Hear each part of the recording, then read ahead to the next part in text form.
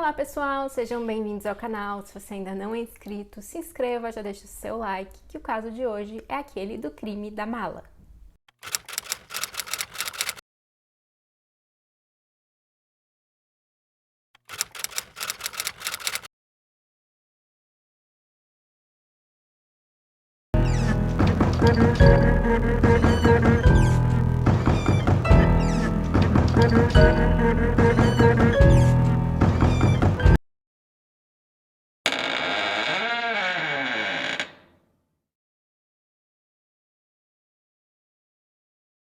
No dia 15 de dezembro de 1926, Giuseppe volta de navio para a Argentina após visitar a família na Itália. E ele já vivia na Argentina há 3 anos e ele vivia dependendo da herança do pai.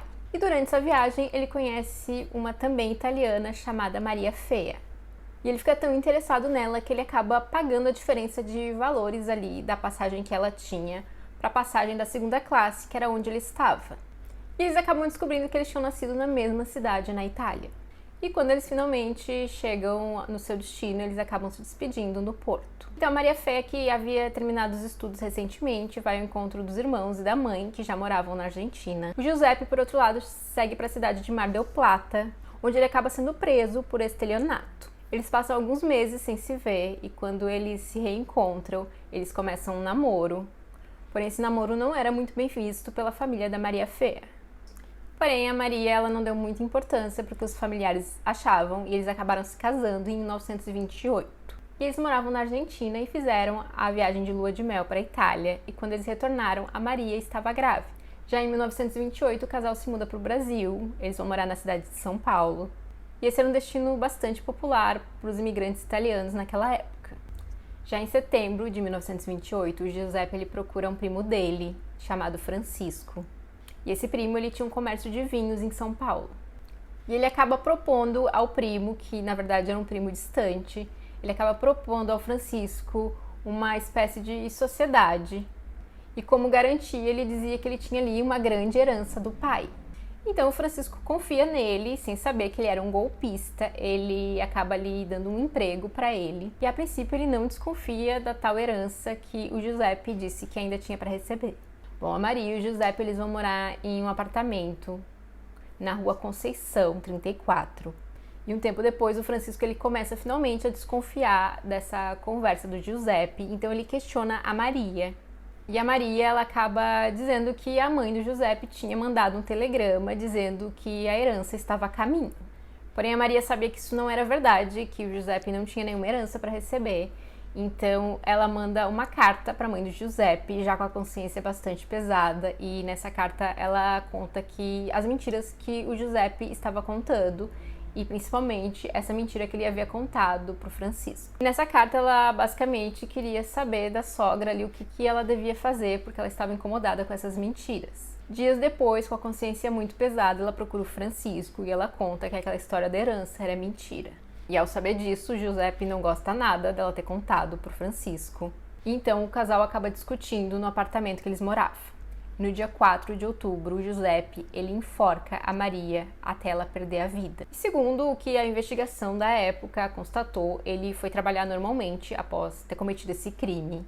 E no final da tarde ele volta pro apartamento e novamente, como se nada tivesse acontecido, ele dorme no apartamento mesmo com o corpo da esposa estando lá. No dia seguinte, ele vai até a Avenida São João e lá ele compra uma mala, uma espécie de baú, em uma loja. Ele enche essa mala com as roupas da esposa e ele tenta colocar o corpo dela junto. E como ele não conseguiu colocar o corpo da esposa ali dentro, ele acaba dividindo o corpo em 2 partes para que pudesse caber dentro do baú. E ele joga pó de arroz em cima do corpo para tentar disfarçar o odor. Então, na noite de sexta-feira, ele vai até a estação para poder comprar uma passagem para o Porto de Santos. E ele vai carregando a mala que estava com o corpo da sua esposa. De lá, ele pegou o trem em direção a Santos. E no porto, ele foi até um navio que tinha como destino Bordeaux, na França. Lá, ele encontra 3 passageiros romenos. E ele oferece dinheiro para que eles pudessem embarcar a mala dele. Ele dá-lhe uma desculpa, como que ele precisava se despedir de alguém, então ele havia pedido esse favor e em troca ele tinha dado o dinheiro. Na verdade, ele ficou ali observando eles colocarem a mala no navio. Porém, para o azar dele, quando a mala estava sendo içada para o navio, a corda arrebentou. Mas, por outro lado, ele teve sorte, já que ele havia amarrado umas cordas em torno da mala, então ela não se abriu. E um dos funcionários do navio, ele se aproxima para poder recolher essas malas que haviam caído, e então ele sente um cheiro muito forte. Nesse momento, ele percebe que um líquido estava escorrendo da mala, então ele chama o capitão para poder inspecionar essa mala. O capitão acaba chamando as autoridades de Santos. E assim que eles chegam, eles reconhecem aquele cheiro, então eles ordenam que a mala seja aberta.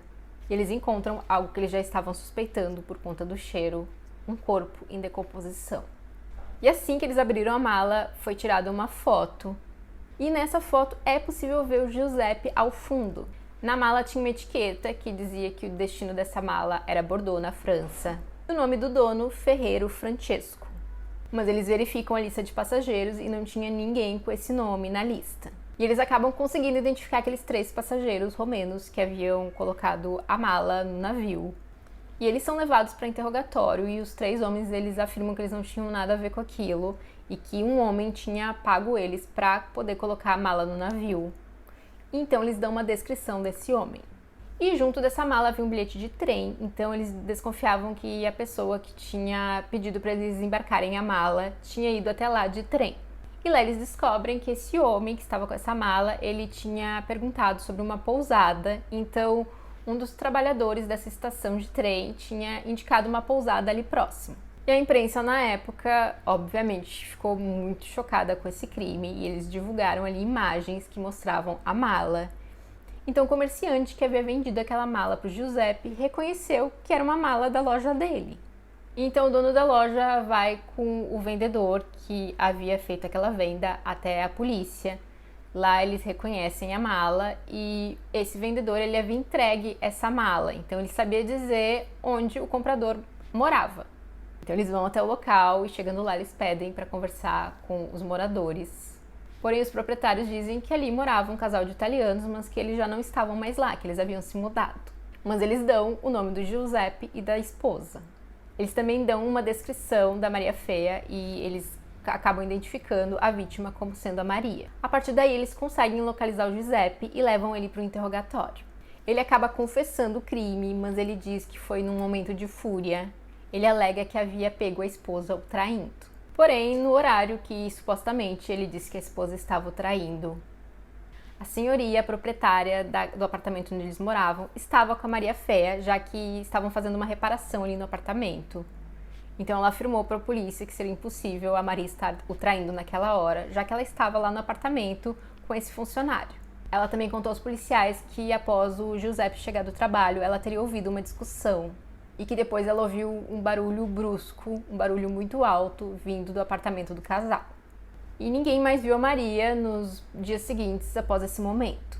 Esse caso ele surpreende não só pelo crime terrível, mas também pela agilidade em que ele foi resolvido. Ele foi solucionado de uma forma muito rápida, principalmente se a gente levar em consideração que naquela época não tinham as tecnologias que a gente tem hoje.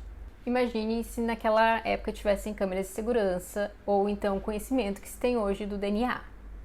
Mas apesar de ter sido resolvido de uma forma bem rápida, somente 3 anos depois, em 1931, o Giuseppe foi considerado culpado e foi condenado a 31 anos de prisão. Porém, em 1944, ele foi beneficiado com um decreto do então presidente Getúlio Vargas. E por conta desse decreto, ele teve a pena reduzida e ele saiu da prisão em 1948. E até onde se sabe, ele acabou levando uma vida normal no interior de São Paulo, em Taubaté. Ele chegou a se casar novamente e ele faleceu em 1956, aos 62 anos de idade. A Maria Féia ela foi enterrada no Cemitério da Filosofia, em Santos. Ela acabou sendo considerada uma santa, então seu túmulo é muito visitado. E uma capela foi erguida em homenagem a Maria. E o baú, onde o Giuseppe tinha colocado o corpo da Maria, ele se encontra exposto no Museu do Crime, em São Paulo.